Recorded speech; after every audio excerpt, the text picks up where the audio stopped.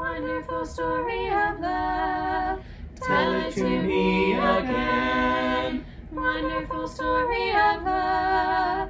With the immortal strain, angels with rapture announce it. Shepherds with wonder receive it. Sinner, oh, won't you believe it? Wonderful story of love. Wonderful story of love. Wonderful story of love. Wonderful story of love. Wonderful story of love. Wonderful story of love. Though you are far away, wonderful story of love. Still he doth call today, calling from Calvary's mountain, down from the crystal bright fountain, e'en from the dawn of creation. Wonderful story of love. Wonderful story of love. Wonderful story of love. Wonderful story of love. Wonderful story of love. Pick up in verse 6 of Solomon chapter 3. What is that coming up from the wilderness like a column of smoke?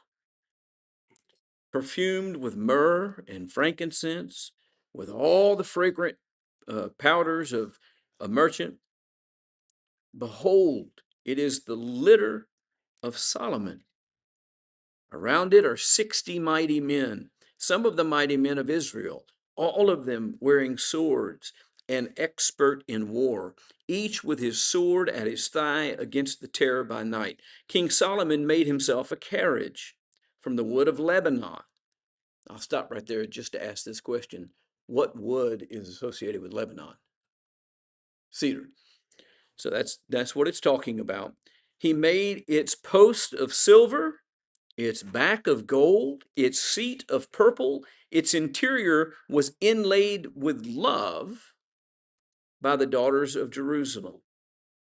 Go out, O daughters of Zion, and look up upon King Solomon with the crown with which his mother crowned him on the day of his wedding, on the day of the gladness of his heart. So the scene changes dramatically. We go from the betrothed in the middle of the night, missing her beloved and searching in the street to find him throughout the city, to this procession that is marked by beauty and security and celebration. The description of the carriage itself tells you how lavish and beautiful this is. We've got the best wood in the world that constructs this thing. It's overlaid in gold and silver. It's got purple cushions inside of it. That's a sign of what? Royalty. Why is that a sign of royalty? Why is purple a royal color? Because it was very hard to make at the time. Not as much as it once was today, but it was very hard to make. The things that you used to dye purple were hard to come by, made it very expensive, and most people couldn't afford it. So anyway, we've got the royal aspect first introduced, and then at the end of these verses, it's very expressly stated, what is Solomon wearing? A crown. So all of this royalty is placed around it. The security is quite amazing. Listen, the handful of Secret Service agents that the president follows around, has followed him around, seem to be nothing compared to the armies that Solomon's surrounded by, with weapons at the ready. This is a royal wedding procession. And the idea of the wedding procession, and particularly the royal wedding procession, seems to have been familiar throughout the Near East, because we're not given a whole lot of description of what's going on or why it's going on. It's not even called by name as such. But we are told, for instance, on the day of his wedding, so we know that this procession is somehow associated with his wedding. Um, uh, the book assumes that familiar imagery that is portrayed here and then doesn't need to describe every detail of it.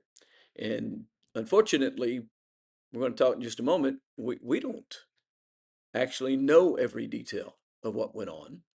Lots of stories get circulated about these things, and we'll talk about that a little bit as well. Um, the interest here is not simply in documenting an ancient ceremony. That's actually what we need to understand. That's not what it's trying to do.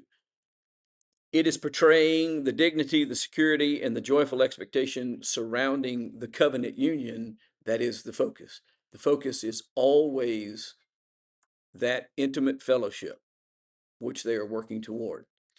So let's talk about the Israelite marriage a little bit, what we do know about it, and maybe some things about what we don't know about it. Israelite marriage ordinarily began with a betrothal.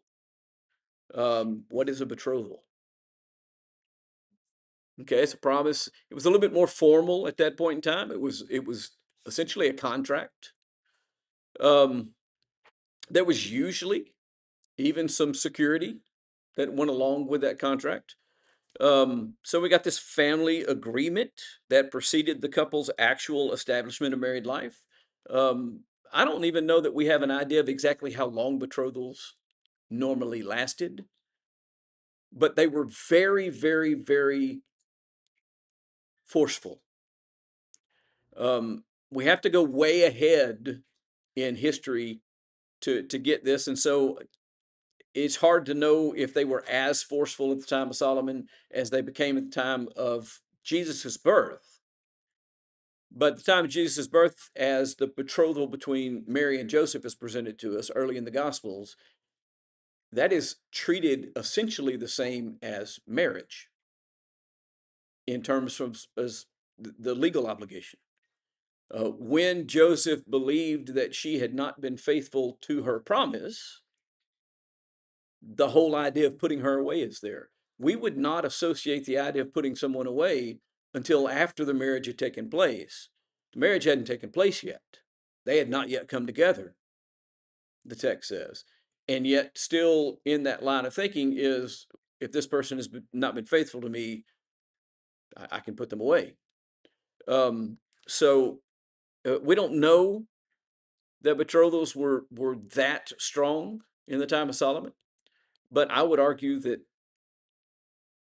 they were probably more strong than what we consider an engagement. In modern America, how binding is an engagement? Yes, not much. Yes, ma'am.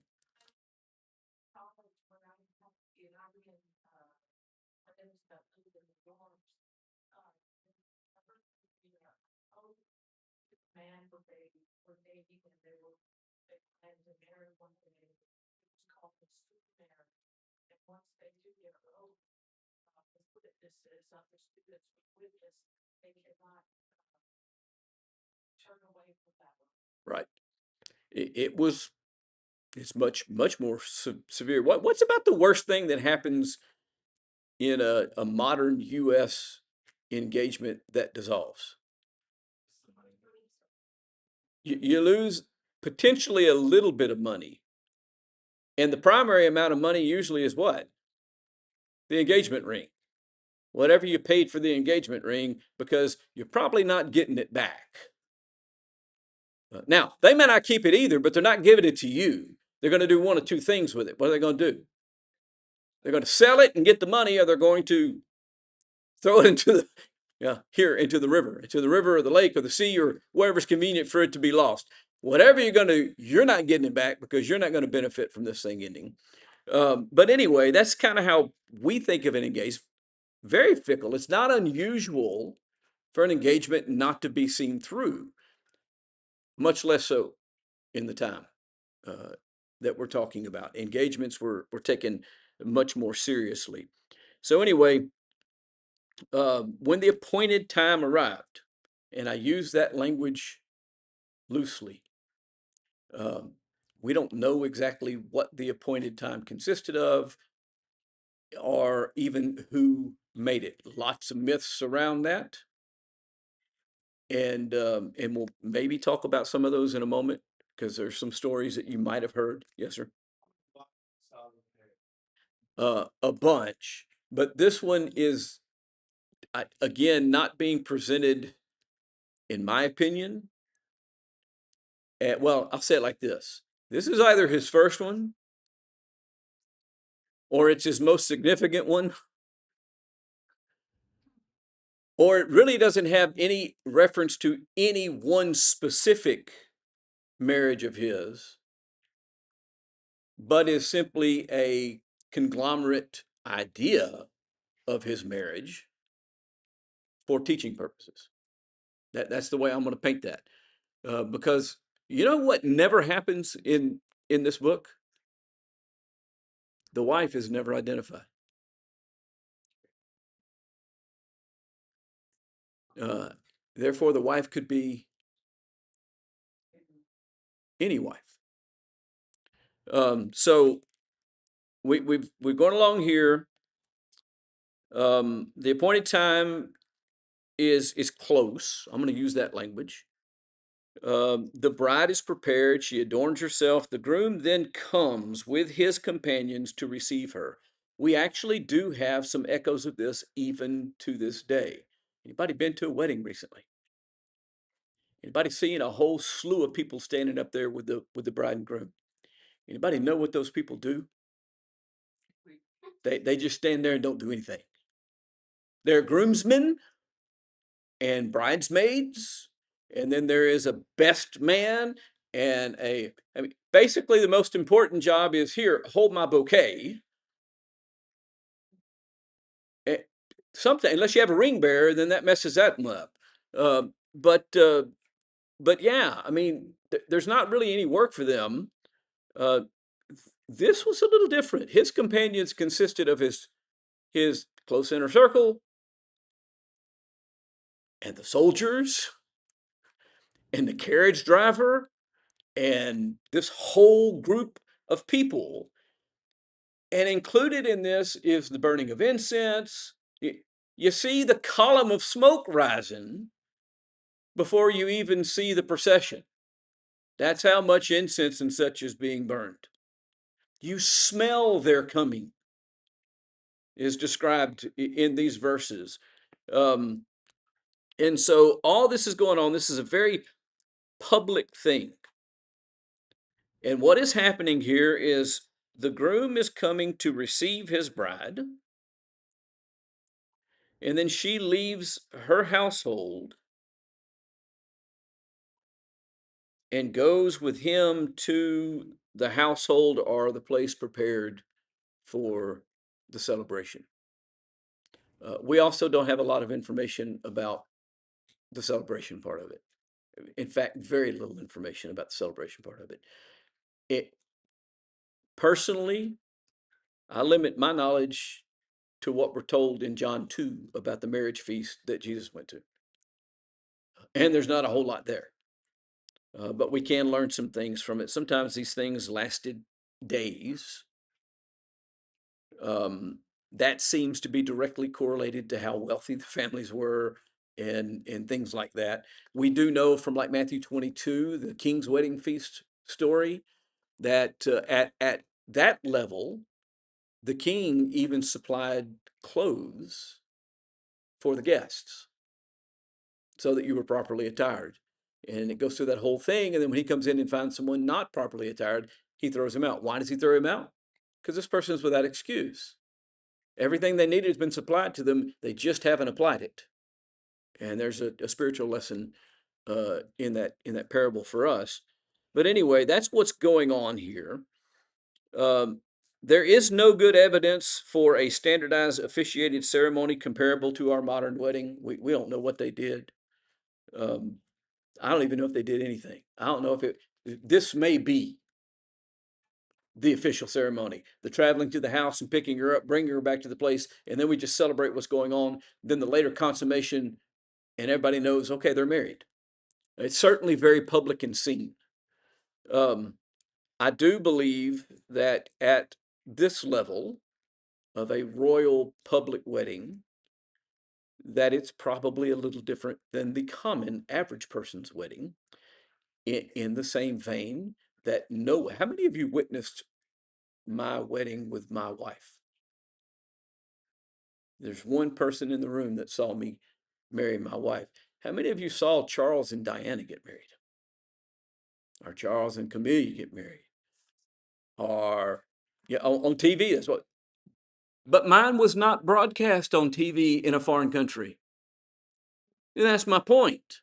There's much more interest in the royal wedding than there is in an average person's wedding. And it's a much bigger deal. Because I didn't get married in that big palatial place that they got married, and the head of the national church was not the one that officiated my wedding, and I didn't have armed guards doing all their thing and bands and orchestras playing and all the stuff that goes along with the days and days and days of celebration around the royal wedding. So I believe that there is probably, uh, at least to one degree or another, some similarity here, but we don't know what happens. The marriage was publicly recognized through the family's agreement, the receiving and transfer of the bride, and the wedding feast, our celebration. Finally, the couple's entrance into married life and the consummation of the relationship marks its beginning. That's what the word consummation means. So the festivities we know could have transpired for several days, not necessarily presented here in this book as being that long, but I think in ordinary application at a royal wedding, it probably would have been a multi-day event. Care should be taken not to read later Jewish customs back into this period. And this is what I was talking to you about a moment ago. There's some popular descriptions that add some details that the scripture doesn't add here, such as the groom building a room at the father's house. You ever heard that story? Okay, the groom would build a secret room at the father's house, and the father alone determined when it was ready. And so we've got this. The groom's arrival was deliberately unexpected. Now, there is some New Testament references to a groom coming at an unexpected time for people waiting for his arrival. But that's a much later thing. Um, we can't establish that as an Israelite marriage custom. There's not any details that actually say, okay, we know that this is how it was done, and it was done this way consistently across the board. This was how they did it. There's just not enough evidence for that. There's very little, apparently, evidence about what constituted the marriage ceremony, or if they even had a formal ceremony. So we got to be very careful about projecting our own concepts of marriage and later things that the Jews did practice back into this time in space. Um, and the other thing that we need to be careful of is not to get caught up in the pomp and in the circumstance and miss the point, which is exactly what the Pharisees did with religious things. It's the point Jesus was making when he said that you strain at gnats and swallow camels. You're missing the important thing. You're worrying about things that are of no significance, and you're missing the thing that really matters. We got to be careful not to do that, not get all caught up and excited about the peripheral part of the story that the writer, by inspiration, so God, didn't see fit to include. What's the important thing? The groom has come to receive his bride. That's the important thing.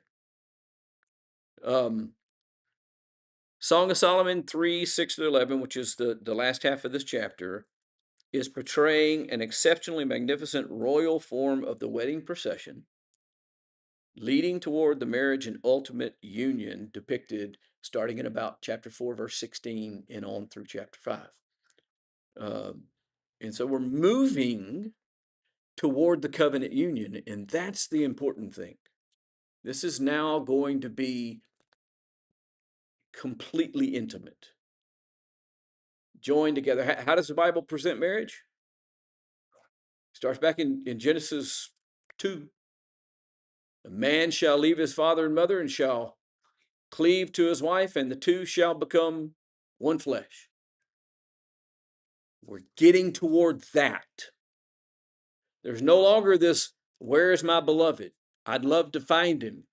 Well, follow the tracks and you can find me. And then coming together and talking between the closed door or the latticed window.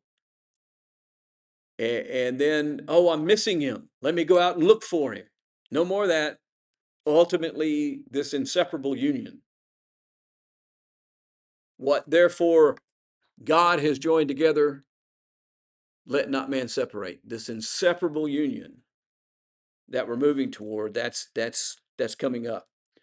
So the bridegroom comes with dignity worthy of the covenant. How serious is the covenant?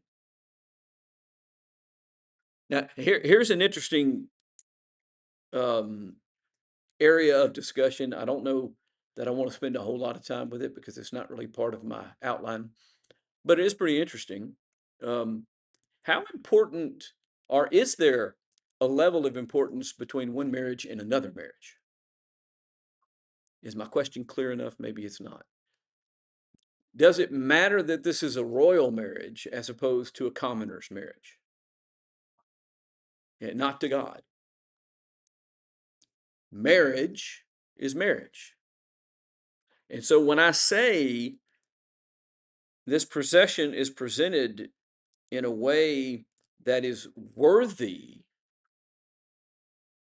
of the covenant that it is inaugurating, understand that's talking about the value of the covenant itself, the relationship and the joining together, not the people, not the trappings. So it emerges from the wilderness here. I think that symbolism is important. This procession emerges from the wilderness and immediately captures the attention of people.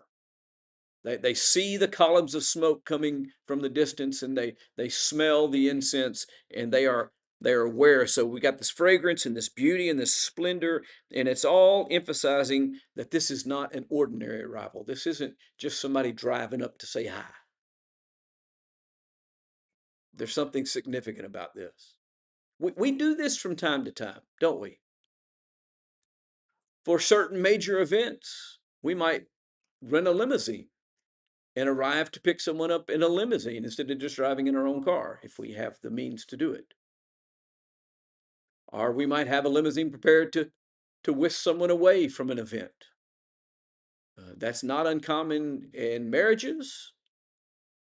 Tell you somewhere else it is extremely common in our society. You know where else it's very common? Funerals. I would suspect that most people in this room, if they've ridden in a limousine, it has been associated with a family funeral, more likely than anything else. But those are huge events. And the reason why you do something special like that, and you don't just have a common arrival, is because of the significance of the event. There's a local funeral home. When I drive up, if I'm doing a service associated with them, when I drive up, there's a special parking place for me. And an attendant actually comes out and meets me at the spot, takes my key, and asks me this question: are you going to drive in our lead car? Are you going to drive your own car? And I'll say, I don't care, or I need to do this, but whatever the case, you know what they do? They actually wash my car. And then if I'm driving, put it in line Why do they do that? Because it is a significant event and they don't want a dirty car leading the procession. So their cars are clean and shined and waxed. They make sure that any other car that is associated with the lead of that procession is properly prepared because it's a serious thing. That's exactly what's being described here. This is a serious, this is not just a common arrival. This is something significant and something that catches people's attention. And the bride has increasingly recognized the excellence of the one that she loves, and that excellence is put on full display and visible to everyone at this point. Uh, we've seen the bride get more and more enamored and open to discuss how wonderful her beloved is and how excellent he is, and all of these. Now this is put on display for all to see. The bridegroom possesses both the desire and the ability to protect what belongs to him. He doesn't come unprepared. There are 60 mighty men that are surrounding him. 60. Um, Security. That's what this represents, not conquest. Security. Jesus does not, for instance, come to us unable to protect. What is that statement of Paul? I know whom I have believed and am persuaded that he is able to keep what I have entrusted unto him against that day. This is a visual demonstration of Solomon's ability to protect and keep what is being entrusted to him.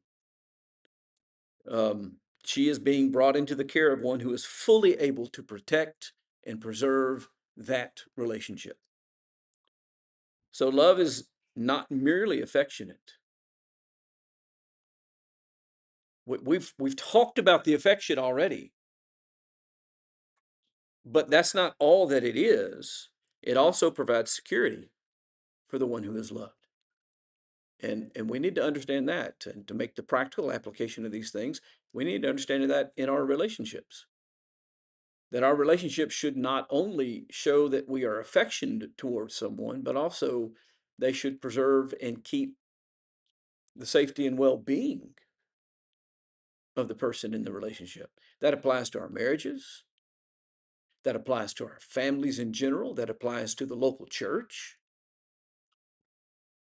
We should, what would be the idiomatic expression today for us? Have one another's back. Uh, Peggy's teaching, so I can't force her to answer this publicly, but Peggy, 4 brothers, 3 brothers. Yeah, 3 brothers. That's what I thought, but I didn't want to be wrong. Had 3 brothers that she spent most of her life uh, getting picked on by. But if someone in the community did something to her, they were the first ones to step up and say, "You're not messing with my sister," and ready to defend her, ready to protect her. That is exactly how relationships are supposed to be. We should feel more secure because we are in them. And when relationships exist that remove our security from us, something is terribly wrong. That's true in the local church. That's true in the family environment. That is certainly true in marriage. If a spouse is afraid and feels endangered because of their spouse, something terribly wrong is happening. Because security is something that should just go along with the relationship. The preparations reflect the joy and honor that associate these unions. The description of Solomon's carriage, well, it kind of draws attention to some careful construction. There clearly is a special carriage. How many carriages do you think Solomon already had? And yet on this day, a particular carriage is made, and careful description of that carriage. And then the interesting thing to me is the description of how the interior was decorated by the ladies in love, simply describing the care that they put into the preparation of this thing. All of that detail contributes to the significance of the occasion. Why was it so important? Even the people who weren't involved directly in the marriage were still completely invested in the preparations for it. Very significant. Love is extremely important. Marriage is extremely important. Relationship is extremely important. How much time and effort should we put into relationship? And yet, what do we do a lot of times? This is reality check, examine yourself and be honest. What do we do a lot of time with regard to our relationships?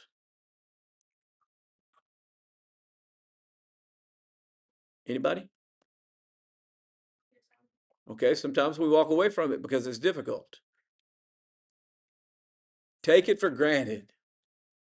We take them for granted, which leads to the difficult.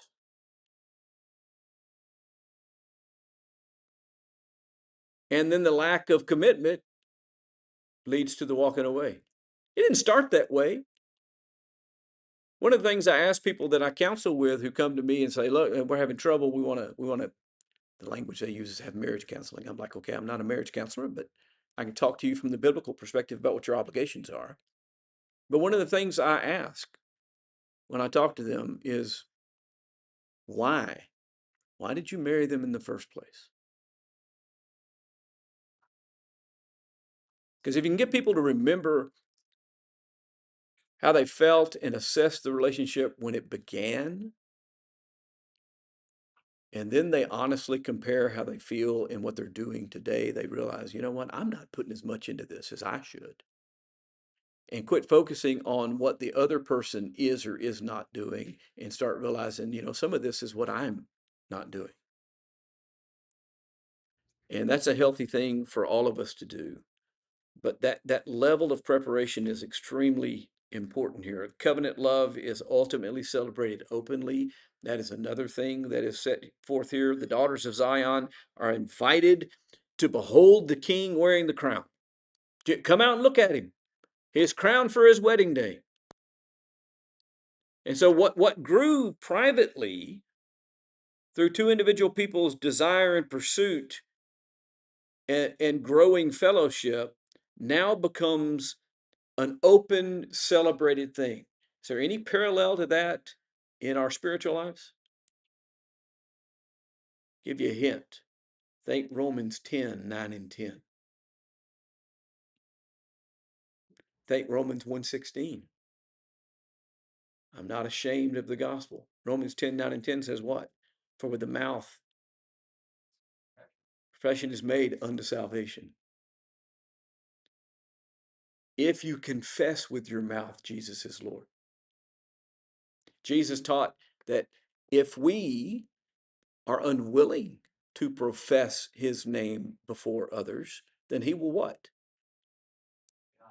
He will deny us before his Father. So what began as a private desire becomes a very public statement. People should not be ashamed of their association with Jesus. Wives and husbands should not be ashamed of their association together. Families should not be ashamed of their family associations. Local churches should not be ashamed of our fellowship together. And if we are, then we know there's something that still needs to be developed and worked on. So the same covenant movement appears throughout the larger story of the Bible. God loved us first. He sought his people. He established his covenant through Christ with us. Those who belong to him now enjoy fellowship while anticipating the day when the relationship will be openly celebrated at the arrival of the bridegroom, where every knee will bow and every tongue will confess that Jesus Christ is Lord. The marriage supper of the Lamb, which is how it's presented in the gospel, is presented that way for the very same reason that this is being presented this way. Because there is a correlation between this kind of relationship and this other relationship. So we start getting some explanations and some advances in the progression that was established earlier in the book. Separation, pursuit, perseverance, restored fellowship, security, covenant honor, public celebration now is introduced, and anticipation. Anticipation of what? Most people in the room are married or have been married. If you haven't been married yet, this question doesn't apply to you, but if you have, feel free to answer this question out loud. How did you feel the morning of your wedding?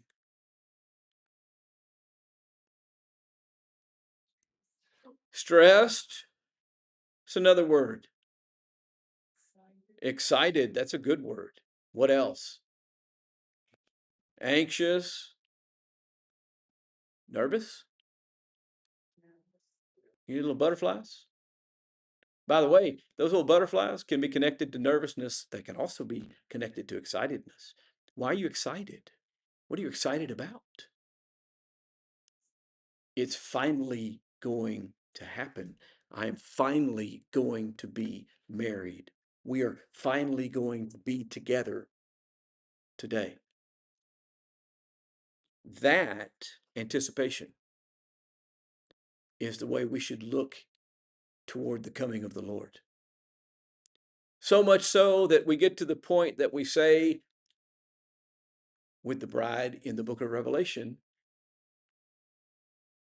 "Come quickly."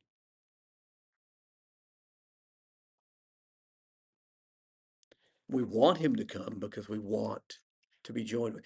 He said in John 17 that he is coming for what purpose?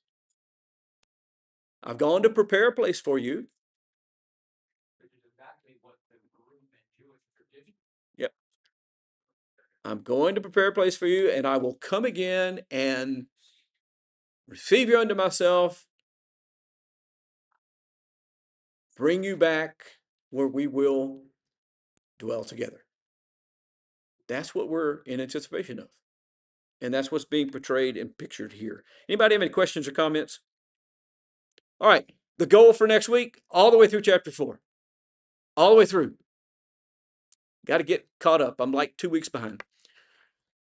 That's the goal. No promises.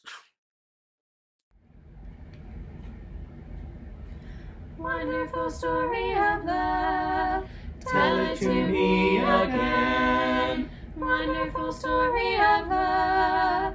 With the immortal strain. Angels with rapture announce it. Shepherds with wonder receive it. Sinner, oh, won't you believe it? Wonderful story of love. Wonderful story of love. Wonderful story of love. Wonderful story of love. Wonderful story of love.